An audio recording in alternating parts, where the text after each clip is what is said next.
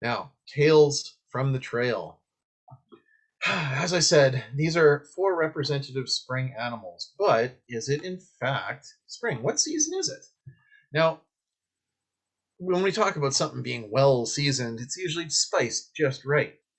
I happen to think that the different seasons that we get in Manitoba mean that we truly are well seasoned. It's the spice of life variety, right? Right now, we are in a place where we're getting about 12 hours of daylight a day. A little bit longer than it's been just over a month since that spring equinox. Further north, there's more, and down south in the southern hemisphere, it's starting to be late fall, almost winter. That more intense sunlight is heating everything up. Plants are coming alive after a winter nap. Some animals are returning, some are waking up just like the plants from a long winter nap, and others are changing their pattern to sort of fit in with what's going on in the natural world. Manitoba's provincial flower, the crocus, does come out in the spring. In fact, the prairie crocus can poke out from underneath the snow.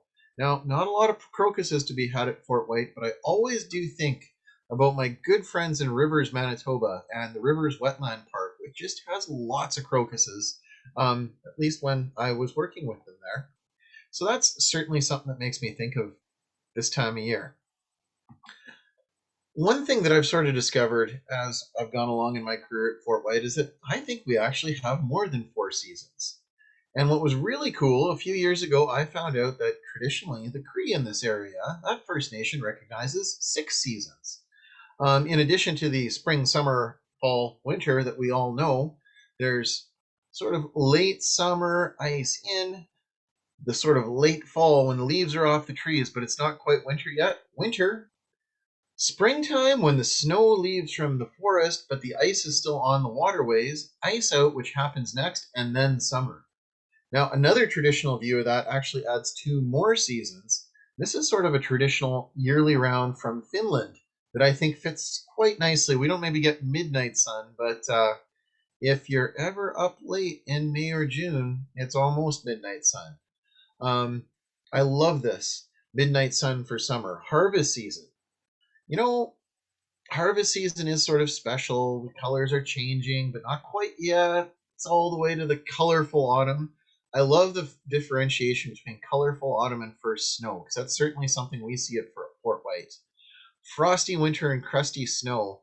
Now, I have it on pretty good authority that um, this Finnish yearly round actually translates frosty winter differently than what the actual root would be in Finnish. That's actually the winter that makes your face hurt. Certainly, January, February can be the winter that makes your face hurt. Now, we are leaving the departure of ice season and heading into our midnight sun season. What is that doing to our animal world?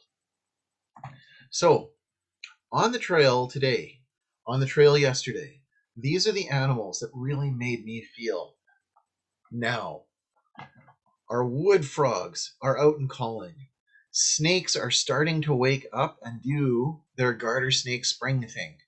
The woodchucks have woken up from their long winter hibernation, and it wasn't just me, but some of our visitors were really enjoying the yellow rumped warblers as they arrive back from their winter sojourn to the south.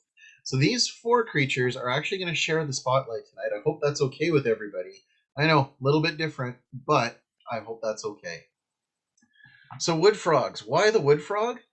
Wood frogs are one of the first spring species to my view. They are they are an amphibian, so they have tadpoles. They lay eggs in the water. Their tadpoles have gills. As they age, they lose their tail, they lose their gills, and they hop up on land. Now, they are part of the true frog category of amphibians. Not like there's lying frogs, but true frogs, it's just one of the ways that we characterize things. Just like we had true owls and barn owls. The true frogs, it has to do with their smooth skin and sort of the way that they're built internally. They're little frogs. I think this is the first feature animal that I've described in how many millimeters big it is, as opposed to how many centimeters, meters. I don't think that I have no kilometers big. That would be aspen forests only, I think. But 50 to 70 millimeters in size, 5 centimeters to 7 centimeters across. They're pretty little. Now, this is amazing. This is an animal that needs liquid water to survive. This is an animal that is very cold tolerant, but does require warmth to complete their life cycle. And look at how far north they go. They go all the way to the Arctic Ocean, Pacific to Arctic to Atlantic, truly coast to coast to coast in this country. That's incredible. And all of Manitoba. There's not too many amphibians that occupy every habitat niche in Manitoba. Wood frogs do live right across our great province. How do they do that? They are extremely cold tolerant. Um, Folks, if you're looking after your car for the winter, maybe you need to use some gasoline antifreeze. If somebody has a cottage, you know that you drain the sewer system and you put something in those lines so it doesn't freeze. Well, about the same time as cottage owners in Manitoba might be looking after their plumbing system in the fall with antifreeze, the wood frogs are doing that to their bodies. Now, antifreeze is poisonous. We can't put that in our bodies. Wood frogs, it's not like they're going out and buying it from the hardware store. Their bodies do that. Their bodies store glycogen. It's a compound that most animals use for energy. They use it as a freeze protector and a few other chemicals, including urea. That's a chemical that most animals just pee out right away, including frogs during their active season. Those two and a few other chemicals actually protect the cells of that frog from bursting when it drops below the freezing point of water. A wood frog in hibernation. Friends, I hope that you're familiar with the Slurpee or the slushy, the frozen treat. But it's not quite frozen. There's ice crystals, but they're very small and they're very syrupy and thick. That's what happens when you mix a lot of syrupy, sugary chemicals, kind of like the glycogen, or in the case of the Slurpee, actual sugar syrup, with ice. Wood frogs survive the winter by not freezing like an ice cube, but freezing themselves like little frog Slurpees. Don't stick a straw in them. They're not tasty. They're not for us to drink or taste, but they're like a frog Slurpee in their biology. That gives them the hop. Not they're frogs, they hop. That gives them the hop on spring when all the other frogs are still shaking off their winter hibernation. When all the other frogs have to wait for their ponds to thaw out, the wood frog, which is hibernated under the leaf litter, right at the edge of the pond, maybe even in the forest away from water, shakes it off, stretches out, and starts finding those melt pools in the forest, the places where the first rains of spring collect, and that's where they lay their eggs and have their tadpoles. Wood frogs eat small invertebrates. Anything that crawls around on the forest floor and would fit in their mouth is on the menu. They are on the menu for birds, mammals, snakes, and even bigger frogs like the leopard frog. Now, because this is Earth Week, I thought I'd add something into this the other creature features didn't necessarily have, and that's what can you do to look after this creature? Because, looking after one individual, taking it home as a pet, not so good. It's a wild frog.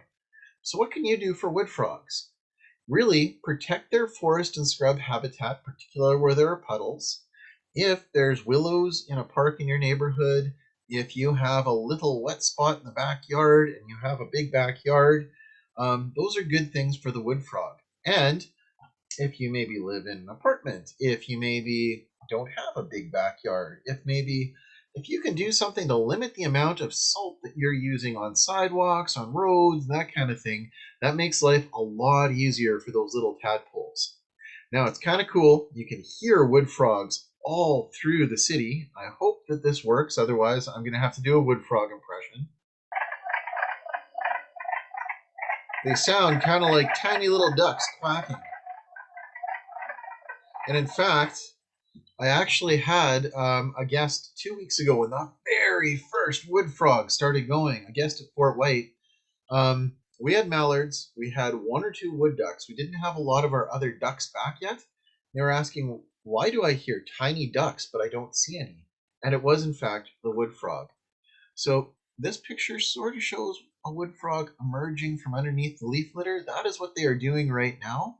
If we do get a little bit of rain, we do need a little bit of rain. Otherwise, they're going to have to find the edge of the wetlands at Fort White. Our big wetlands might not be the best place for them to lay their eggs. There's just too many other things in there that might eat them.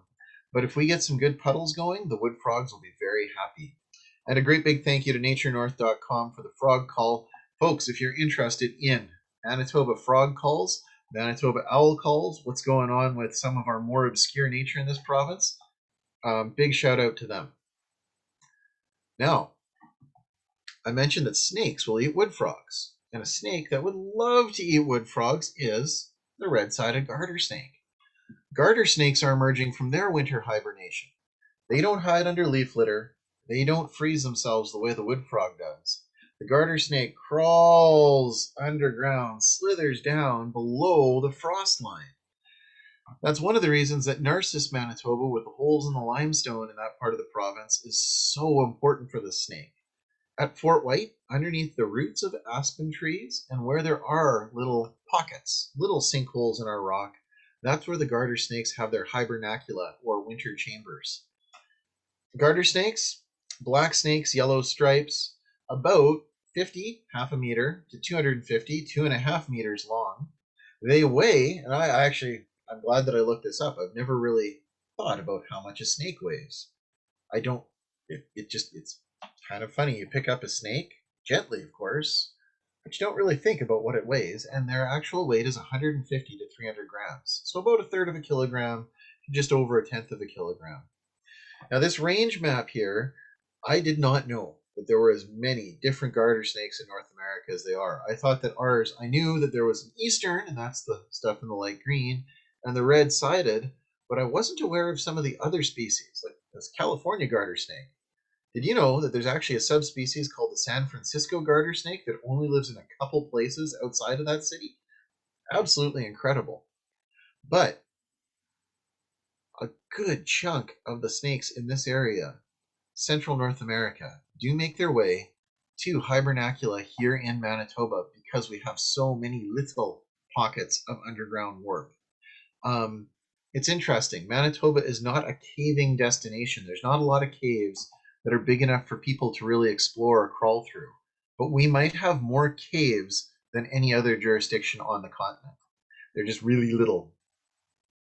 Those really little caves are the perfect habitat for the garter snake to winter over in. So, folks, you've probably heard that garter snakes are non-venomous. I'm here to bust that myth. They actually do have a mild venom. They pose no danger to humans whatsoever. Their venom is very, very mild to mammals, and to a big mammal like a human, even a small child is a very much bigger animal than what their venom is designed to work on. Their venom is designed to work on things like earthworms and minnows, little tiny, tiny creatures. The biggest risk to humans is that you might have an allergic reaction if, with their tiny little teeth and their fairly non-aggressive nature, you happen to be unlucky enough to be allergic to something that really won't get into your system. There's so many things out there that are far more risky than a garter snake bite, like pretty well everything in the woods. I can think of stepping on thorns. I can think of ticks. I can think of a million things that are way scarier than garter snakes. Now, you might not come away from an encounter smelling like a rose, though. When the garter snake is scared, they can excrete a special stinky chemical from just behind their rear end, just behind their ventral opening. They've got two glands, and they can spray or squirt a milky liquid on you. How would I describe it? If you left milk in the sun for a weekend and then decided to marinate a fish fillet in it, and you had a clove of garlic that was way past its prime, and you somehow decided to put that all in a blender, that's the smell. Yeah, it's quite an effective protection for the snake, and they'll do that to any bird, mammal, whatever that gets too close and handles them a little too aggressively. Garter snakes are water-loving snakes. They swim very well. I have actually seen them swim across fairly strong current and very deep water on the Winnipeg River for at least half a kilometer. They do, as I've mentioned, hibernate underground. True hibernation, one long sleep from fall till spring. And when they wake up, Um, there's more males in the population than there are females. So a female who's ready to lay eggs gets all sorts of attention from all the males, and actually, you get a basketball-sized rolling ball of snakes coming out of hibernation as all the male snakes compete for the female attention. What do they eat? Anything that fits in their mouths. They do eat insects and worms. They love fish. They love amphibians. They will take small rodents. They will take small mammals, I should say. I was just thinking I've seen one eat a shrew. Shrews are insectivores, not rodents. They will eat small mammals, but really they specialize on things like fish and amphibians. What can we do to look after our garter snakes? Well, number one, it can be fun given their non-aggressive nature and the fact that they're not dangerous to handle them. I think even people who say that they're not afraid of snakes still have a little bit of a little bit of an edge when it comes to things snaky. So handling a snake can be a thrill. You have to be very, very careful. Inside that garter snake, its lungs, its stomach, its liver, they're all very, very long, and even a gentle squeeze can really hurt them badly.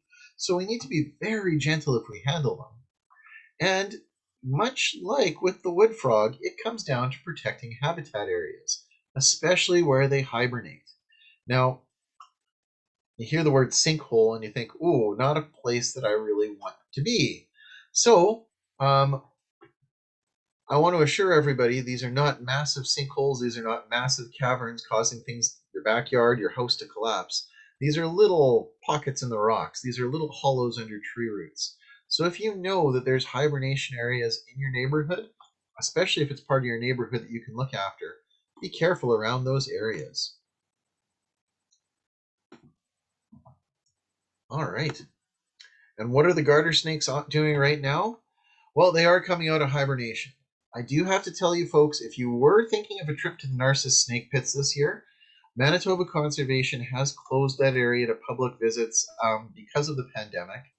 But that means that you need to look in your neighborhood nature nook. Garter snakes do inhabit most of, if not all of, the area around Winnipeg and the rural areas adjacent to most of Manitoba. Um, this is an animal that has very good camouflage. So you need to watch and you need to listen. It'll sound almost like a squirrel or a bird rustling around in the leaves, but just continuous because of the way that the snake slithers. Anyway, do look around, especially on a cooler morning or a nice afternoon where the sun is really shining on the ground. See if you can see a garter snake in the neighborhood. Now, the yellow-rumped warbler, our avian representative of late spring here. Beautiful little birds. They're an insect-eating bird, and therefore a sign of spring for me. Things like robins, they can eat fruit, they can eat seeds.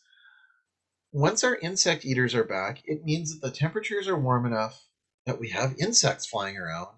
And to me, that always means that we have a lock on spring. Spring is here. Even if we get a winter storm after, spring has arrived when the insect-eating birds arrive, and the yellow-throated warbler is one of the first. Now, how do you know that they're an insect eater? I learned today that Cetophagia coronata. Coronata means little crowned one, and you can see that cute little crown on the male warbler there. Cetophagia, they're moth eaters. Yeah, that's what that word means. In Latin, it's moth eating. They're the little crowned moth eater, which really, when it comes to yellow-throated or yellow-rumped warblers, that is about the best description I can think of, except maybe yellow-rumped.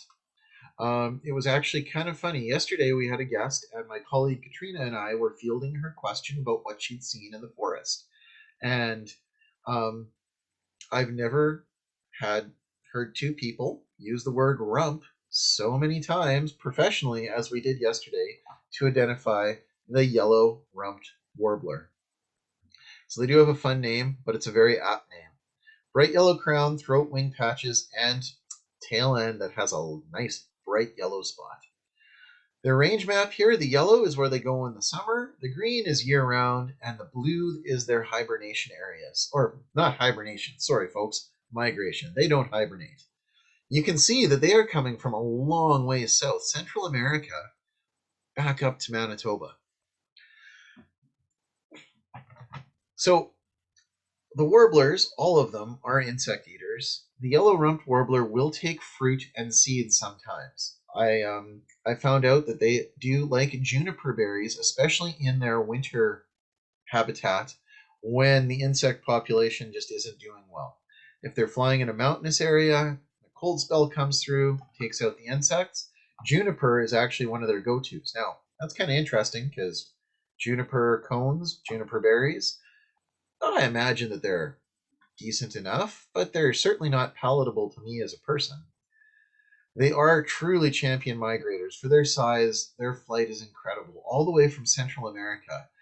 Not just, geese are impressive. Gulf of Mexico to Hudson Bay. That's not Panama to northern Manitoba. The warblers are taking an even bigger flight on than some of our other migrators. Yellow-rumped warblers prefer to nest in conifers, although they will go for really big, thick, deciduous trees like oak or maple. They lay 4 or 5 eggs per nest, and they incubate for about 2 weeks. And 2 weeks after they hatch, so in 28 days from when egg was laid to when the little bird's flying, that's as long as it takes. It's a short turnaround time for the yellow-rumped warbler, which is pretty cool too. Little bird, short period between egg and flying, and I think that might be how they're so successful. And one of the big things about Creature Feature is showing off pictures of little baby animals. And I did want to break the streak. I think that the yellow-rumped warbler is an absolutely cute little, cuddly, almost looking bird. That's the little baby yellow-rumped warbler. I hope, folks, that this is the first baby that I've shown that isn't making everybody like, oh, it's so cute, I just want to cuddle, cuddle, cuddle. It is a little bird. But that little bird, that little almost bald hatchling, will be flying in less than 2 weeks. So, what can we do for the warbler? Their habitat, they do want those thicker trees to nest in. So if you know where there's thicker trees, do so. When I say leave lots of food, don't put out food for the warblers. You just don't need to. If you do want to feed the birds as a treat to sort of draw them in to enjoy, that's fine. But don't have to worry about the warblers because they eat insects. And that's what I mean by leave lots of food. Try to leave some insects. Don't control every insect that comes through your yard. The warblers will appreciate it and help you control the insects naturally. A few bonus birds that do say scream spring at Fort White to me. This is a goldeneye. It's a type of small duck. Um, they seem to pass through this part of Manitoba every year just as the ice is coming out.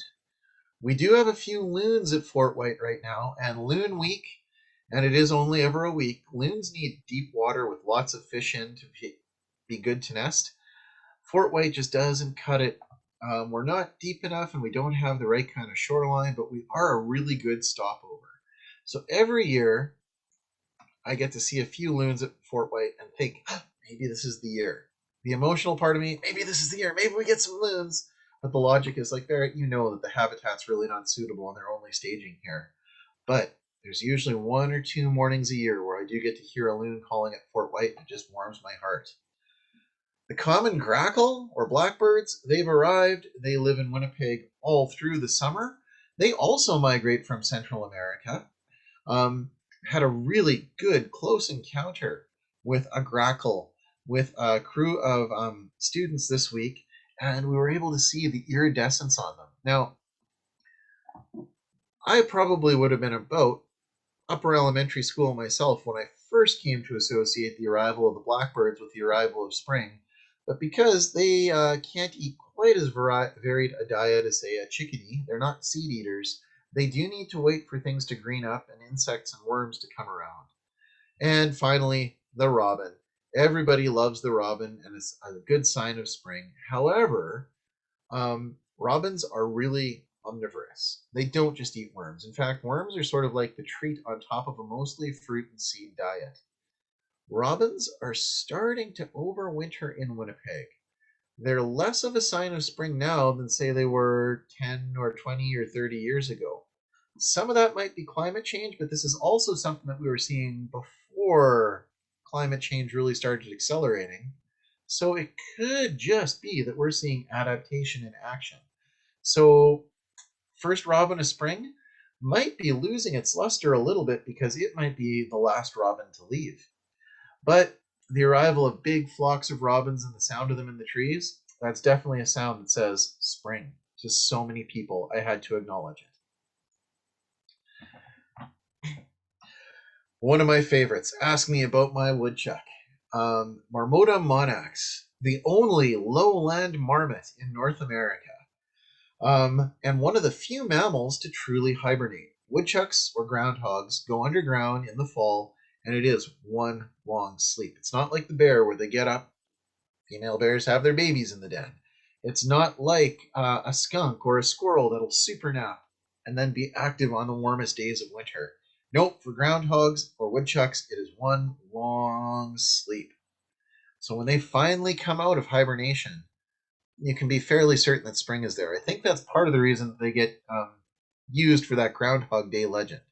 Now, here in Manitoba, February 2nd, you're not going to see a woodchuck that's not being housed outside of a hibernation den. So I'm aware that Winnipeg Wind is active on February 2nd, not if she was in a den. Woodchucks definitely love their hibernation. Very widely distributed across a good chunk of the continent, and again, most of Manitoba. Handsome little customer. It's actually interesting. This is both a vigilant and a relaxed pose.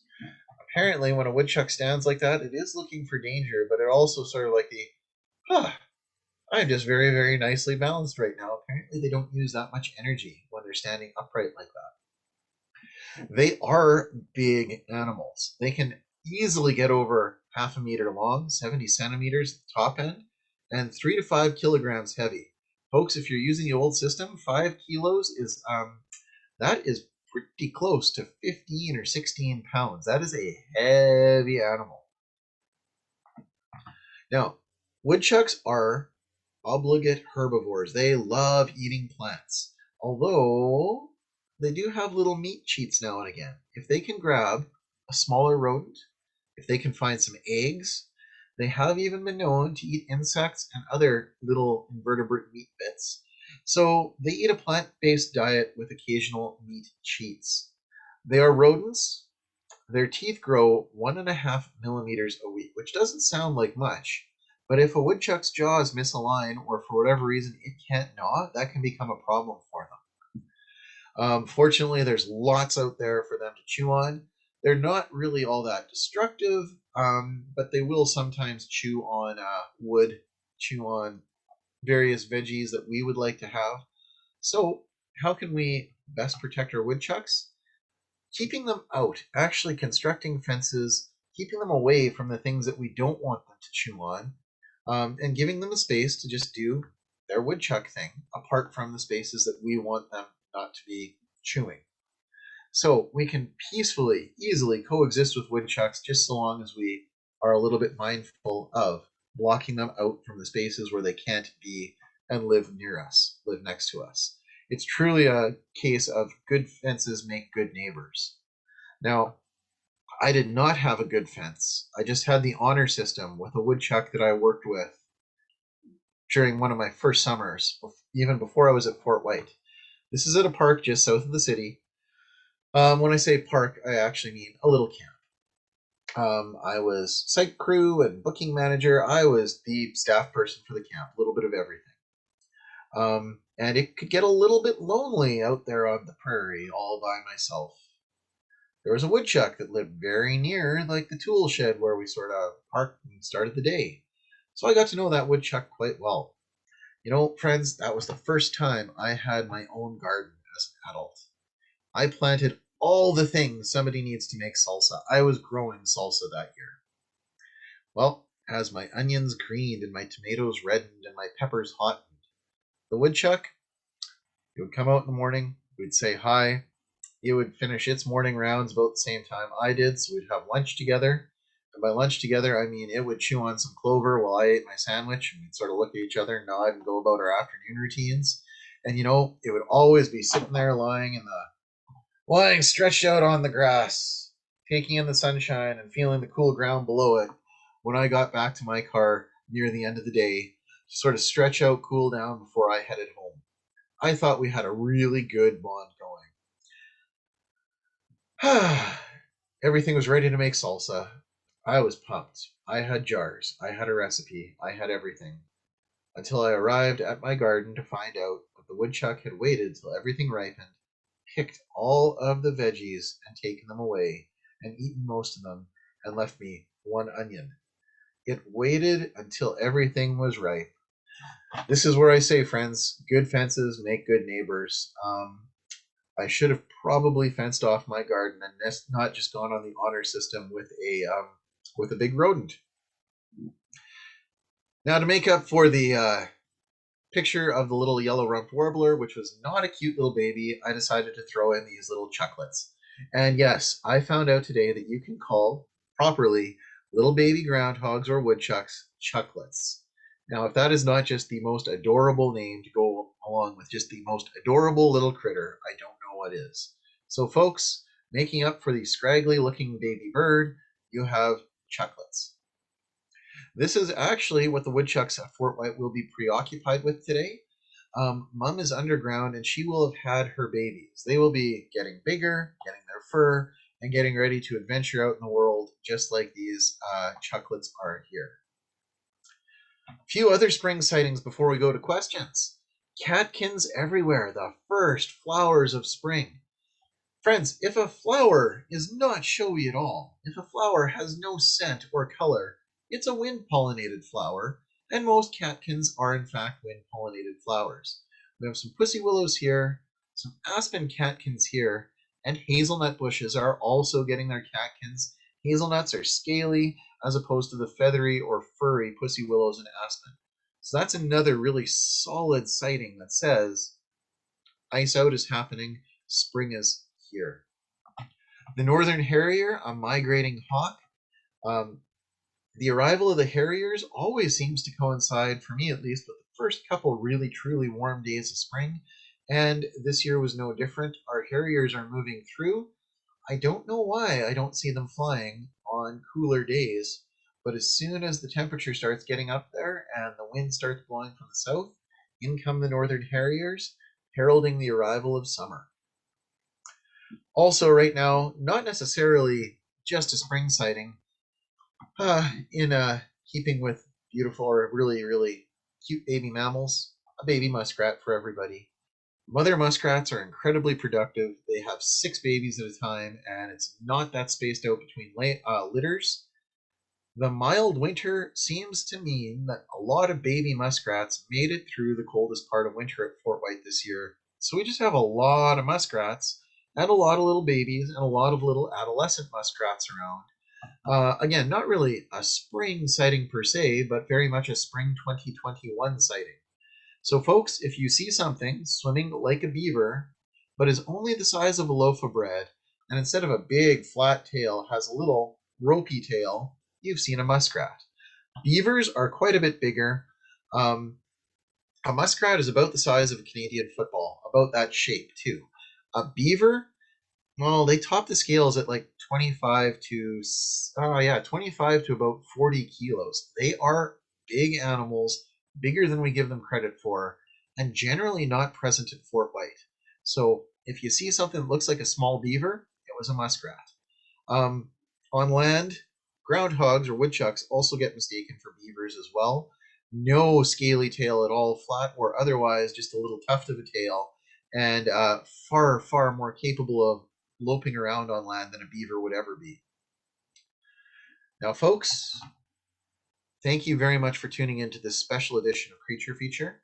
A big thank you to my producer, Dana, all of you for tuning in, and it is time to answer some questions. So spring into action, warm up the typing fingers, and let's let those questions bloom.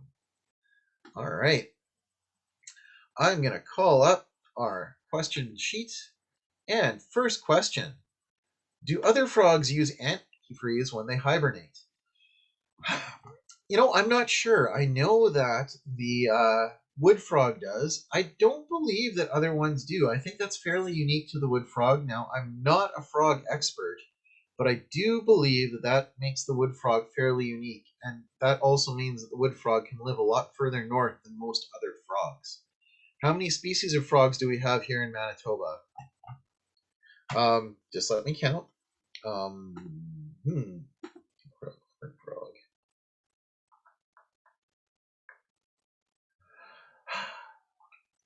I think it is 6. I could be off by 1. I'm not entirely certain. We have the mink frog, the wood frog, the leopard frog, the boreal chorus frog, the spring peeper. I can think of those 5 off the top. I don't want to offend any frogs out there, though, so I'm going to say it's 5 or 6.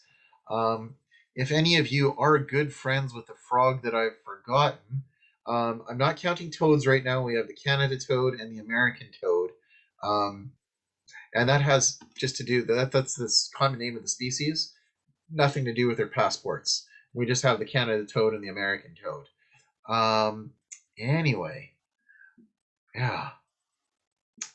So those were our species of frog. What type of predators eat wood frogs? Snakes, birds, birds like waterfowl, birds like, well, our smaller birds of prey will eat a wood frog. Also mammals, foxes, even the muskrat would if they got their hands or their paws on it. How old are the tadpoles when they develop legs and lose their tails? In wood frogs, in my experience, that happens at about 2 to 3 weeks, although I believe that that might be dependent on the year and how warm it is. Moving on to the next set of questions. When is the best time to visit Narcissus to see the snakes in normal years? Well, that is a good question. The best time to visit Narcissus is when it's warm enough to visit Narcissus. Sometimes that can happen as early as mid-April, and sometimes it's all the way to the May long weekend, just depending on the type of spring that we are having. Now, fortunately, there are snake watchers. When Narcissus is really good at letting folks know when the best time is, they actually have folks on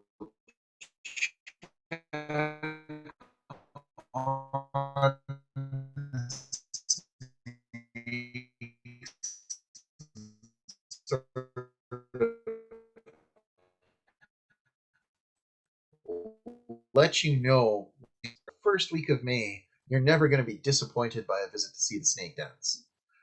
Are yellow-rumped warblers the most common warbler you'd see at Fort White? Yes and no. Right now, certainly. They're the first one of the first back. So right now, right around Winnipeg, they're definitely the most common warbler we'd see. But as migration wears on, and our yellow warblers, and our palm warblers, and our red starts, and other warblers arrive, it's hard to say that they're the most common. Um, and also, sometimes they're just passing through. So right now, yes. Overall, I'm not necessarily sure. I'm not ready to say that they'd be the most common warbler you'd see year round. I am totally confident saying that they are the most common warbler right now. What is the difference between a male and a female warbler? Besides one laying eggs and the other one not, they definitely have different plumage. The female is usually a little bit more subdued, and the male is usually a little bit brighter colored. The male has to be a little bit brighter colored because he has to show off for the female warbler. The female warbler wants to be a little bit more subdued, so she doesn't show off quite as much when she is sitting on those eggs to be careful to not attract predators. How big are warbler eggs when they're laid? Let's see, about the size of my thumbnail. They are pretty tiny little eggs.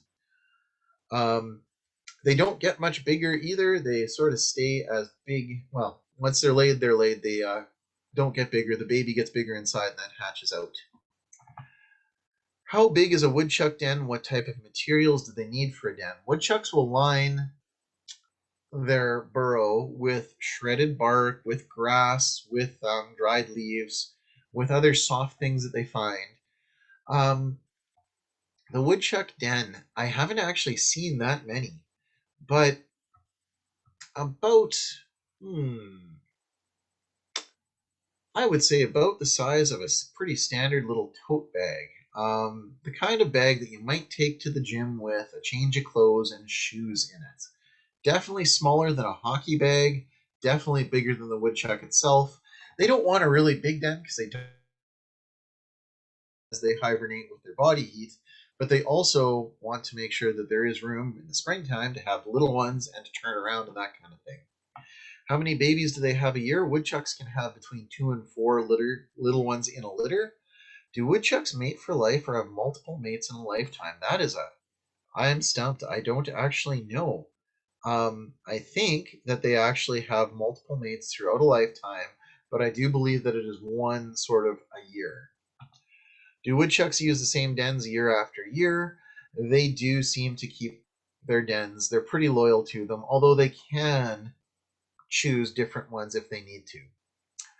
Are the males involved in rearing babies? Not that I have ever seen or am aware of. I think that the dad woodchuck sort of moves on into his own space once it's time to move along. How old are the babies when they emerge from the den? A few weeks. They spend their first couple weeks underground. They're born bald and helpless. It does take them a little bit to strengthen up and grow their fur. And once they're out, we actually say the woodchucks popped. That's sort of the adjective that gets used. The woodchucks have popped because that's sort of what it looks like. They just sort of like they're out of the den and they're all around. Who are woodchuck predators and how do woodchucks protect themselves? Uh, Hawks and eagles certainly will eat woodchuck, as will coyotes. Foxes will go after the little ones. I imagine that bobcats would too. They live in that same sort of grassland habitat. Now, woodchucks protect themselves by being strong and being excellent at burrowing and being well camouflaged. They do have really good forward looking vision and can see danger coming from a long ways away. Woodchucks are very, very muscular. They don't look it. They look roly poly. But a woodchuck is 3 to 5 kilograms of almost pure muscle. They do add on some fat when they're going into hibernation, but underneath all that fat, they are very strong. So a predator had better expect to either have a quick strike to get their food quickly or to engage in one heck of a wrestling match. Um, Mostly the woodchuck will run and hide, but if it comes down to a conflict, again, only the toughest predators can actually take a woodchuck. Are woodchucks and prairie dogs related? Yes, but not all that closely. They're both rodents.